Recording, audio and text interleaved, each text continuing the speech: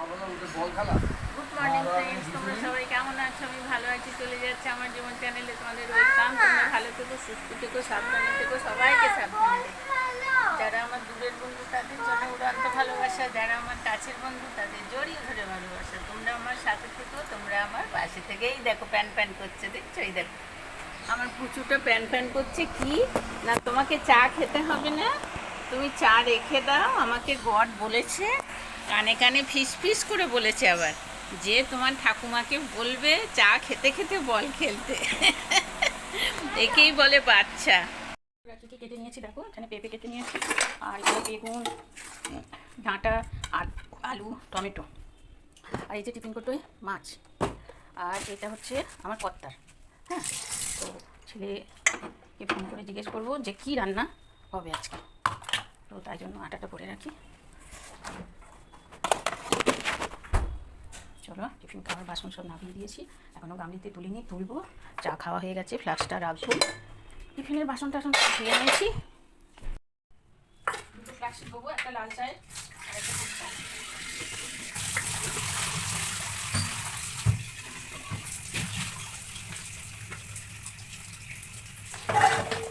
রান্না চলিয়ে দেবো, চাটা দিয়ে দেবো, মাছের নুন হলুদ মাখাবো, দিয়ে দিচ্ছি।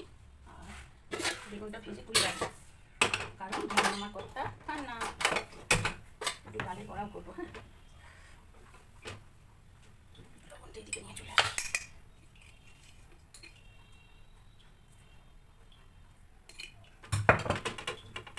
সাদা তেলে বেগুন ভাজবো, পটল ভাজবো, আলু ভাজবো, রং দেখতে পাবে না তুমি। ডালের বড়াটা নিয়ে আসি।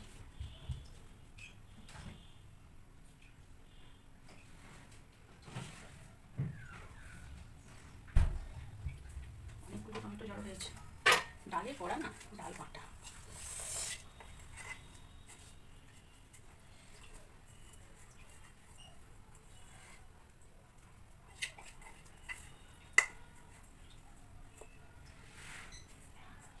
আগে বড়াটা ভাজবো, কারণ প্রত্যেকেই বড়াটা তরকারিতে দেবো, তো বেগুন খাবে না, আর আমার ছেলে খুব একটা পছন্দ করে না।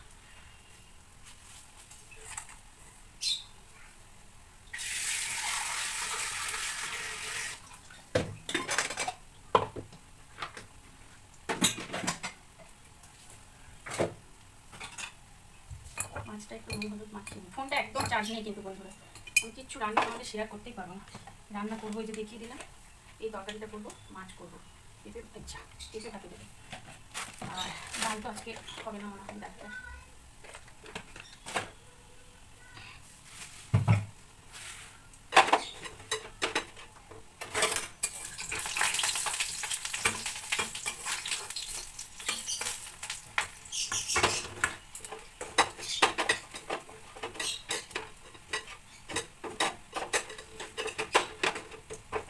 মাখানো থাক।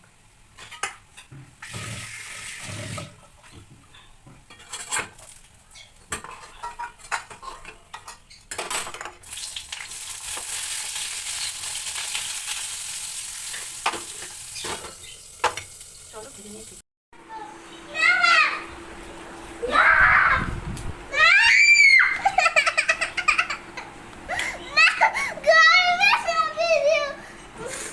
ও দেখো দাদার বাড়ি যাচ্ছে, ওই জন্য ঢং দেখাচ্ছে।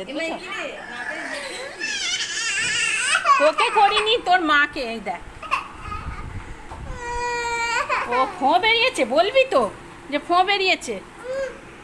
বন্ধুরা, সকালের দিকে যেটুকু পারলাম তোমাদের সঙ্গে শেয়ার করলাম।